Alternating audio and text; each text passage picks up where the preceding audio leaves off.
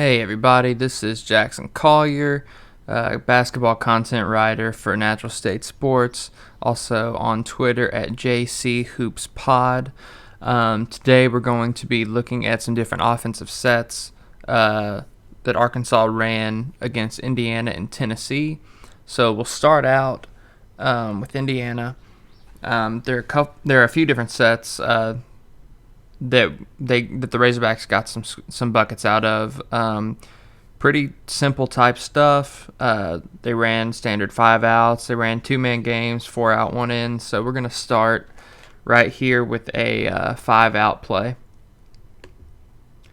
And so you see right here, all 5 players are around the 3-point line.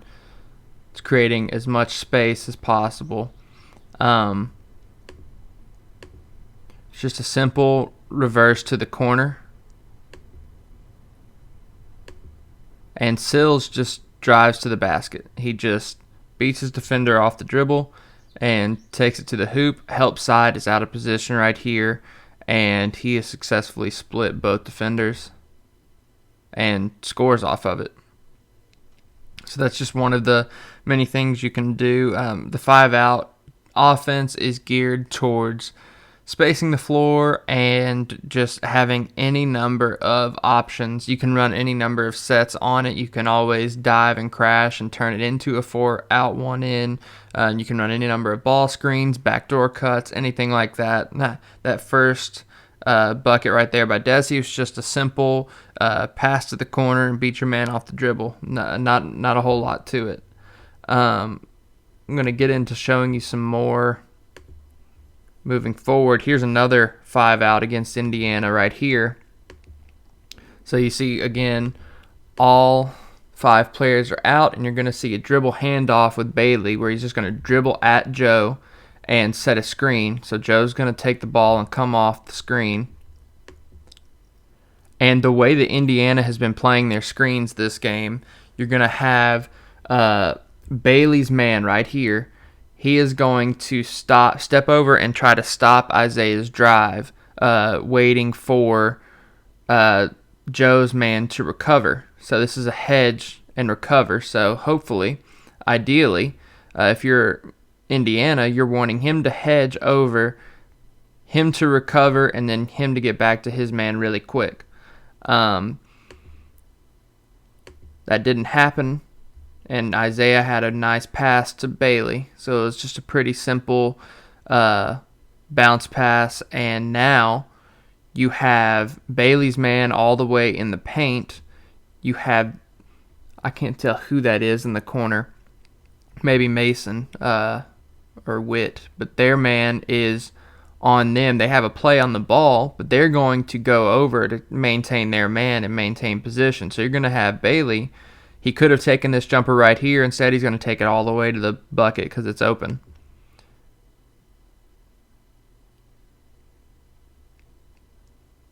Again, just a simple one action, one pass, and then an open shot.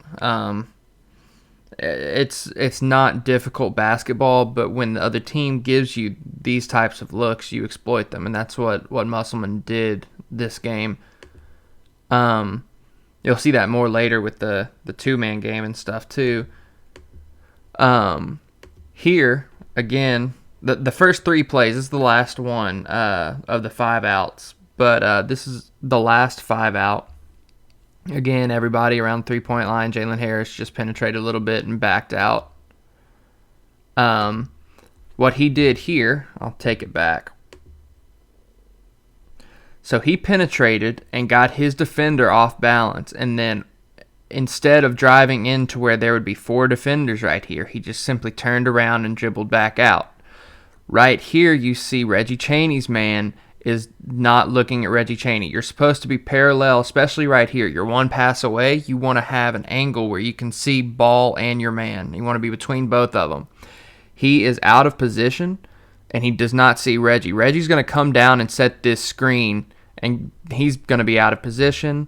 It's going to lead to an easy pass from Harris to Chaney for an easy dunk. See, he is supposed to be on Chaney. a lot closer than he is, and he was already out of position. They both come up for the hedge and recover, but he never got back to Chaney whenever he was out of position in the first place, so it's just wide open.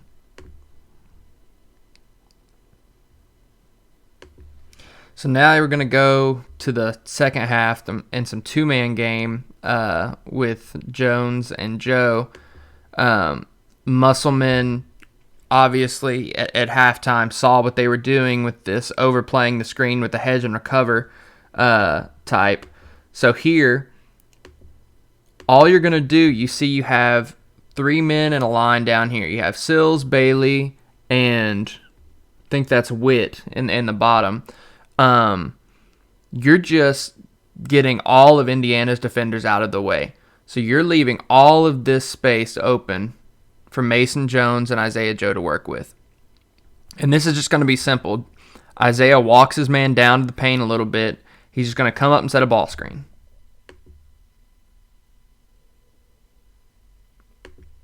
There's the ball screen, and Mason's going to come off of it. And one of two things is going to happen here. If they play the screens like they've been playing them, then where there's the hedge and the recover, then you're going to have a wide open shot for Joe. And that's what's going to happen here. You have an overplaying on the screen, and they both come to Mason. Isaiah just has to pop out, and he's wide open for three.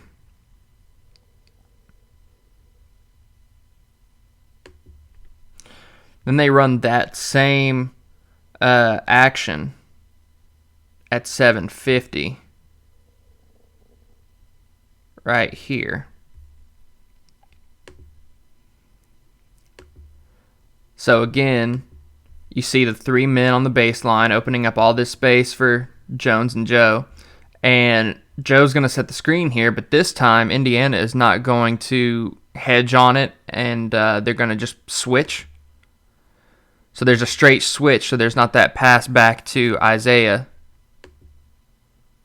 So because of that, then you have to go to the next action on the play, and that just happens to be Adrio coming up to set a ball screen for Mason. And again, this time, they because you had Isaiah Joe and Mason Jones up top the first time, they switched because both are shooters. This time, they go back to the hedge and try to cut off Jones, which leaves Adrio wide open on the cut. All he has to do is dive down. But Jones also has space to shoot it.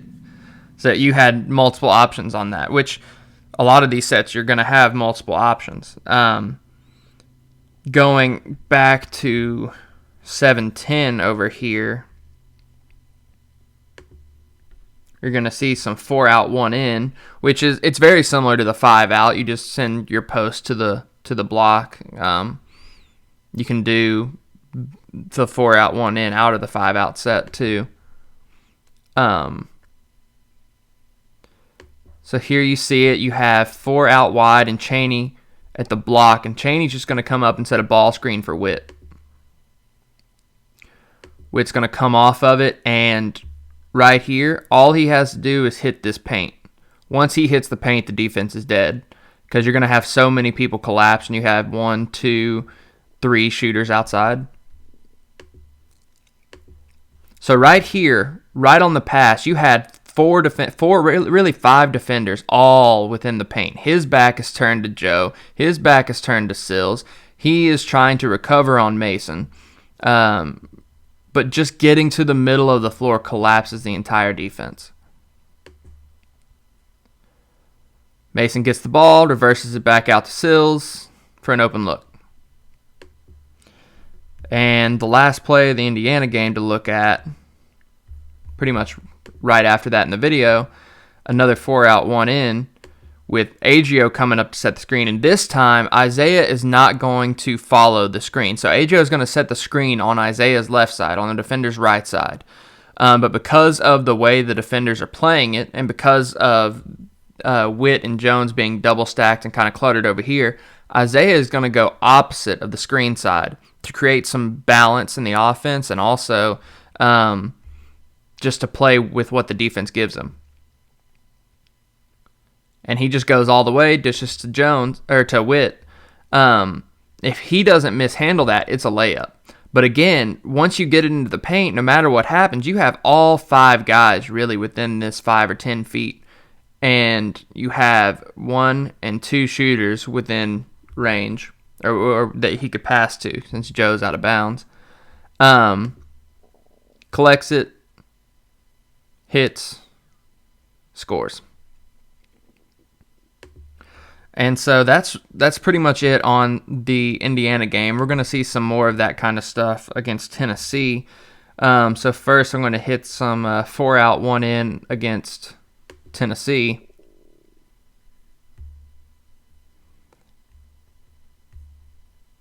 If I can figure out the... there we go. Okay. So again, you have Henderson down low this time. And you have Witt, Harris.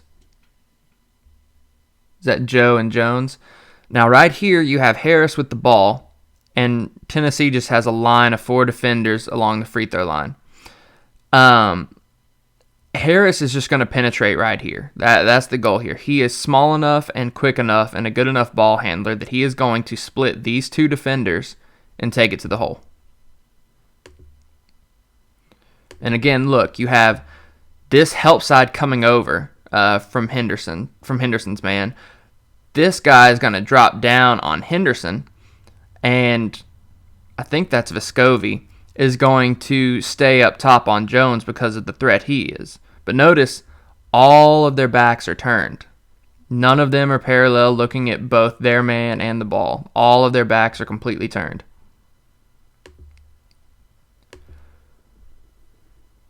So he dropped over on Henderson. He had a look to finish this shot. He goes up thinking he's going to shoot it, but he is not anywhere near tall enough to finish this or in position enough to finish this. So instead, Isaiah Joe is wide open. And he throws a really, really good pass here to get to Isaiah Joe.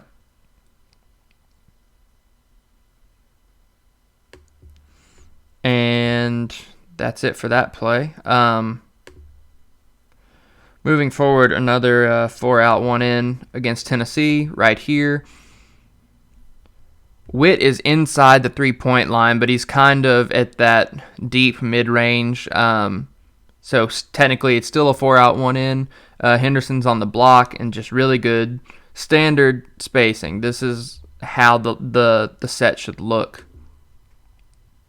It's just going to be a simple ball screen from Henderson, and the Sills' defender is not going to get up or over it or under it. He's going to get completely caught by this screen. So it ends up being a one-on-one between Sills and this post defender.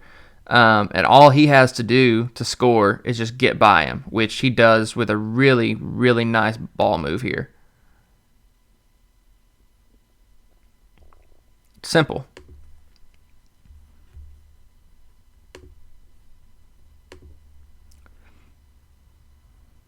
Mason had a good first half, but then you're back here in the second half.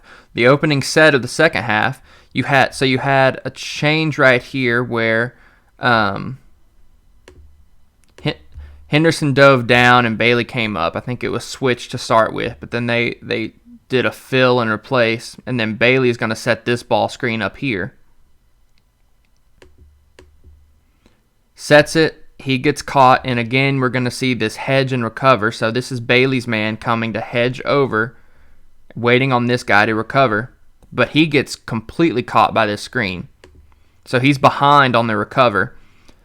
So at this point, Fulkerson is still right in front of Witt, and Bailey's going to be wide open. These guys are way overplaying the opposite side of the floor. And so Bailey's going to get a wide open layup on a nice pass from Witt.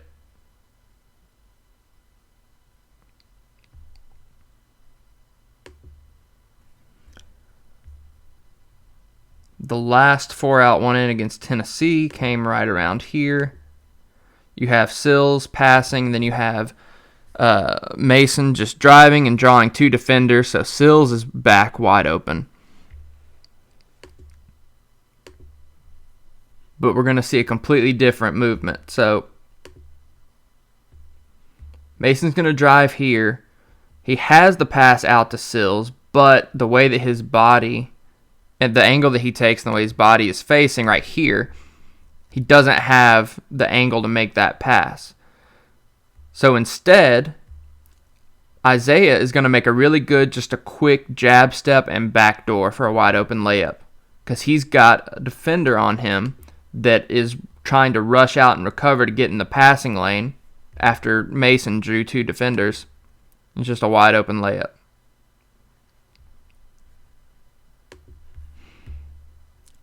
Going to see another instance of the 2-man game against Tennessee 2 after a nice block from Ethan Henderson. So right here, again, you see the 3 down, and you're just going to have Isaiah Joe and Mason Jones make a play. In this instance, the defender is giving Isaiah Joe plenty of room, and this is part of why Isaiah Joe is an NBA draft prospect. If you ever watch NBA players, they can create space with either no dribbles or just one dribble. So Isaiah Joe here is just going to take a jab step, a dribble, and a pump fake, and then he's going to have an open look. Jab, dribble, step back. It's the set for the 2-man game, but that was really just an isolation. You have Mason Jones and Isaiah Joe both in isolation, and Joe just takes what he's given, creates space with a jab and a step back, and just knocks down a 3. And the last play for this film session, we're going to look at a 4 low. So you have all players down here low with Mason in isolation. Mason was our go-to scorer last year, so we're just giving him all the room on the court to work with. So this defender's in no man's land. He has no help, and it's just a one-on-one game with Mason Jones.